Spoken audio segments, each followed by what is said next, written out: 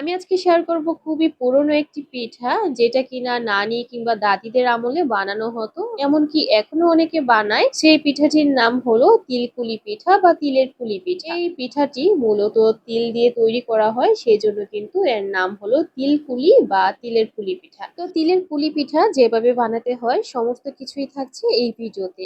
আসসালামু আলাইকুম এভরিওয়ান, সবাই কেমন আছেন? আশা করছি সবাই ভালো আছেন। তো তিলের পিঠা বানানোর জন্য প্রথমে এই তিলগুলো যদি ভালো করে ধুয়ে রোদে শুকিয়ে নেওয়া যায় সেক্ষেত্রে সবচেয়ে বেশি ভালো হয়। এবার আমরা তিলগুলো পরিষ্কার করে নিব। তিলের উপরে যে কালো অংশটা এটা আমাদের সরিয়ে নিতে হবে। তো তিলটা কিন্তু পরিষ্কার করার জন্য আমরা ব্লেন্ডার ব্যবহার করছি। ভিডিওটা এমনিতেই খুব লং হয়ে যাবে, সেজন্য আমি আর এই ব্লেন্ডারে কিভাবে এই তিলটা পরিষ্কার করে নিলাম সেটা আর শেয়ার করলাম না। আপনারা দয়া করে একটুখানি ইউটিউব চেক করে দেখে নিবেন যে ব্লেন্ডারে কিভাবে তিলটার উপরের অংশটা উঠিয়ে নেওয়া যায়। তো এই তিলটা পরিষ্কার করা কিন্তু এখন খুবই ইজি, কিন্তু আগে আমি দেখতাম যে আমার নানি ছাদে চলে যেত একটা কুলা নিয়ে, তো কুলা দিয়ে ঘষে ঘষে এই তিলটাকে পরিষ্কার করে নিত। সেটা খুবই পরিশ্রমের বিষয়, পরিশ্রম করে কিন্তু আগে পিঠা বানানো হতো। কিন্তু এখন খুব সবকিছু সহজ হয়ে গেলেও মানুষ কিন্তু আর ঘরে বসে পিঠা বানাতে চায় না। এরপর ব্লেন্ডার করার পর তিলের যে দানাগুলো এগুলো একটু ঝেড়ে নিতে হবে। ঝেড়ে নিলে উপরে যে কালো অংশটা সেটা কিন্তু পড়ে যাবে। তো তিলটা কিন্তু দেখতে এরকমটা হয়েছে, আর এই তিলটা কিন্তু একদম ধপধপে সাদা করা একদমই পসিবল না। যাই হোক, এখন তিলের পুরটা বানানোর জন্য আমরা এখানে চাল ভেজে নিব। চালটা একটু লবণ পানি দিয়ে মেখে নিয়েছি, এবার কিন্তু চালগুলো ভেজে নিচ্ছি। তিলের পুরটা তৈরি করার জন্য তিলের সাথে একটু চাল ভাজা ব্যবহার করতে হয়। চাল ভাজা যদি না দেওয়া হয় সেক্ষেত্রে তিলের যে একটা তেতো ভাব থাকে সেই তেতো ভাবটা হয়তো মুখে লাগবে, সেজন্য এই চাল ভাজাটা ব্যবহার করা হয়। তো চাল ভেজে নিলাম, এবার কিন্তু তিলগুলো ভেজে নিব। তিলগুলো একটু সামান্য ভেজে নিব, 1 মিনিটের মতো। খুব বেশি ভাজা যাবে না, তাহলে কিন্তু তিলের যে সেন্টটা সেটা একদমই থাকবে না। দেখবেন 1 মিনিটের মতো ভাজার পরই তিল থেকে খুব সুন্দর একটা ঘ্রাণ বের হয়েছে, তখনই কিন্তু বুঝতে হবে যে তিলটা আপনার ভাজা হয়ে গিয়েছে। এখন কিন্তু তিল আর চালগুলো আমি আবারও ব্লেন্ড করে নিচ্ছি।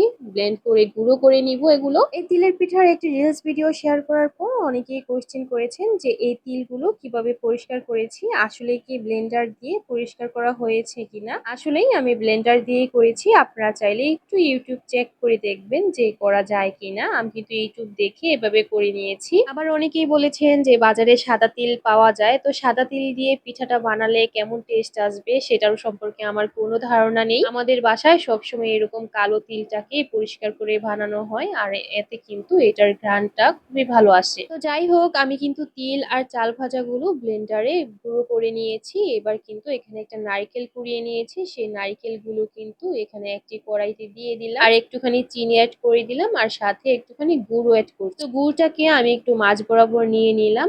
গুড়টাকে একটু মাঝের দিকে একটু গলিয়ে নিচ্ছি আর একটু জালও করে নিচ্ছি। এরপরে কিন্তু নারকেলগুলোকে এই গুড়ের সঙ্গে মিশিয়ে নিব। আপনারা চাইলে কিন্তু এই পুরটাকে একদম চিনি দিয়েই করতে পারেন, কিন্তু আমি এখানে একটুখানি গুড়ও ব্যবহার করেছি। আর এখানে আপনারা যে রকম মিষ্টি খেতে পছন্দ করছেন সেই পরিমাণে মিষ্টি দিবেন। আর এই পিঠাটা কিন্তু একটু মিষ্টি না হলে ভালো হবে না, সেক্ষেত্রে কিন্তু আমি এখানে একটু বেশি পরিমাণেই মিষ্টি দিয়েছি। এরপরে এখানে নারকেল থেকে যতক্ষণ পর্যন্ত পানি না শুকিয়ে যায় ততক্ষণ পর্যন্ত একটু নেড়ে চেড়ে জাল করে নিব।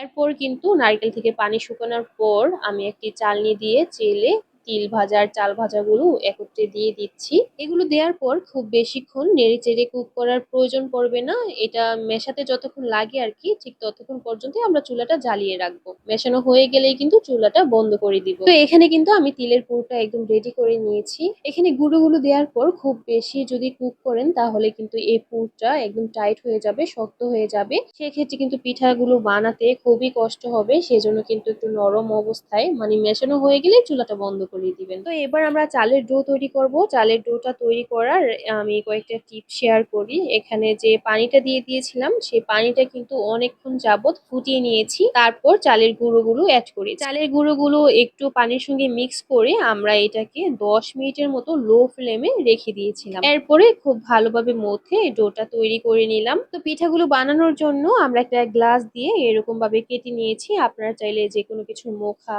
বা আপনার যেটাতে সুবিধা হয় আর কি সেটা দিয়ে এভাবে কেটে নিতে পারেন। এরপর আমি এটার মাঝে একটুখানি পুর দিয়ে দিলাম। পুর দিয়ে এভাবে ২ সাইডটা বন্ধ করে এভাবে ডিজাইন করে দিয়েছি। আপনারা চাইলে এই ডিজাইনটা নাও করতে পারেন, আবার চাইলে করতেও পারেন। আমরা কিছু পিঠা এরকম ডিজাইন করে করেছি, আবার বাকি পিঠাগুলো ডিজাইন করিনি। কারণ ডিজাইন করতে একটু বেশি সময় লাগে। সেজন্য কিন্তু সবগুলো পিঠা ডিজাইন করা সম্ভব হয়নি। এবার কিন্তু আমরা তিলের পুলি পিঠাগুলো ভাজতে চলে এসেছি। তো এখানে আমি একটি টিপ শেয়ার করি, সেটি হলো পিঠাগুলো যখন আমরা ভাজতে যাই তখন কিন্তু অনেক সময়ই দেখা যায় যে পিঠার ভেতরের যে পুরটা আছে সেটা বেরিয়ে আসে। তখন কিন্তু মনটা খুবই খারাপ হয়ে যায় যে এত কষ্ট করে পিঠা বানানোর পর পুরটা পুড়ে যায় তেলে। তো সেক্ষেত্রে আমাদের করণীয় হলো পিঠাগুলো বানানোর পর আমাদের করতে হবে কি, এই পিঠাগুলোর উপরে একটি গামছা বা কোনো কিছু ভিজিয়ে, লাইক কোনো সুতি কাপড় ভিজিয়ে পিঠাগুলোর উপরে রেখে দিতে হবে। কেননা পিঠাগুলো বানাতে কিন্তু বেশ সময়ই লাগে বটে, সেই জন্য কিন্তু পিঠাগুলোর গায়ে বাতাস লেগে পিঠাটা ড্রাই হয়ে যায়, আর আমরা যখন ভাজতে যাই তখন পিঠাগুলো ফেটে যায়। সেজন্য কিন্তু এই টিপটা ফলো করতে পারেন। তো যাই হোক, এই পিঠাগুলো কিন্তু আমি এরকম মুচমুচে একদম গোল্ডেন ব্রাউন করে ভেজে নিয়েছি, অনেকটা লালচে টাইপ করে। আপনারা চাইলে কিন্তু গ্লাস দিয়ে ছোট ছোট করে না কেটে এভাবেও পিঠাগুলো বানাতে পারেন। একটা রুটি বেলে নিয়ে এরকম ৩টা বা ৪টা করে এরকম বানিয়ে নিতে পারেন। বানানোর পর একটি বাঁশের কঞ্চি দিয়ে এভাবে কেটে নিতে পারেন। আর বাঁশের কঞ্চি না থাকলেও কিন্তু বাজারে কিন্তু এরকম পিঠা কাটার পাওয়া যায়, সেটাও ব্যবহার করে এরকম কেটে নিতে পারেন। তো এবার কিন্তু আমরা আরো এক ধাপ পিঠা বানিয়ে নিলাম। এবার কিন্তু এই পিঠাগুলো আবারও ভেজে নিব। এই সমস্ত কিছু ফলো করার পরেও যদি আপনার পিঠাগুলো ফেটে যায়, সেক্ষেত্রে বুঝতে হবে যে আপনার যে চালের ডোটা করেছিলেন সেটা পারফেক্টলি হয়নি। চালের ডো যখন তৈরি করবেন তখন একটুখানি ময়দা অ্যাড করে দিতে পারেন, এতে করে কিন্তু পিঠাগুলো ফেটে যাওয়ার আশঙ্কা অনেকটাই কমে যাবে। আর এই পিঠাগুলো কিন্তু আপনি দীর্ঘদিন সংরক্ষণ করতে পারবেন, প্রায় ৩ থেকে ৬ মাস পর্যন্ত অনায়াসে এয়ারটাইট বক্সে রেখে দিতে পারবেন। আর এই পিঠাগুলো আমাদের বাসায় ৩-৪ দিনের বেশি কখনো আমরা সংরক্ষণ করতে পারি না, কারণ এই পিঠাগুলো এত মজা হয় যে আমরা একটু পর পর খেয়ে পিঠাগুলো ফিনিশ করে দিই। পিঠাগুলো বানাতে দেরি, কিন্তু আমাদের বাসায় এই পিঠাগুলো শেষ হতে দেরি হয় না। পিঠাগুলি খুবই পছন্দ করে আমাদের বাসার সবাই। তিল দিয়ে তৈরি এই তিলের পুলি পিঠা যদি পছন্দ করে থাকেন তাহলে অবশ্যই একটি লাইক দিয়ে যাবেন, আর বলে যাবেন যে লাস্ট কবে আপনি তিল দিয়ে তৈরি তিল পুলি পিঠা খেয়েছিলেন।